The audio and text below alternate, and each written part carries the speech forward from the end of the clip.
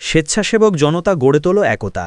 এই প্রতিপাদ্যে নাটোরের বড়াইগ্রাম উপজেলার মাঝগাঁও ইউনিয়ন স্বেচ্ছাসেবক দলের কর্মী সম্মেলন অনুষ্ঠিত হয়েছে।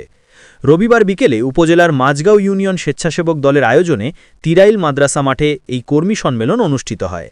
কর্মী সম্মেলনে মাঝগাঁও ইউনিয়ন স্বেচ্ছাসেবক দলের আহ্বায়ক আহম্মদ আলীর সভাপতিত্বে ও মাঝগাঁও ইউনিয়ন স্বেচ্ছাসেবক দলের সদস্য সচিব মাসুদ রানার সঞ্চালনায় অনুষ্ঠানে প্রধান অতিথি হিসেবে উপস্থিতি ছিলেন জেলা বিএনপির যুগ্ম আহ্বায়ক ও নাটোর ৪ আসনে বিএনপি থেকে মনোনয়ন প্রত্যাশী আব্দুল আজিজ।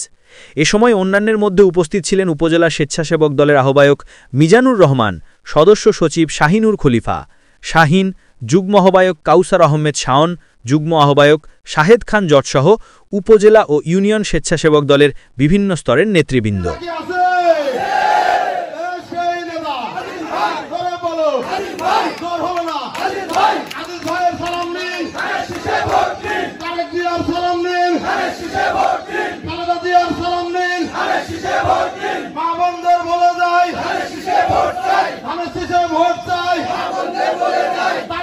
প্রথম ভোট ধানের শীষের পক্ষে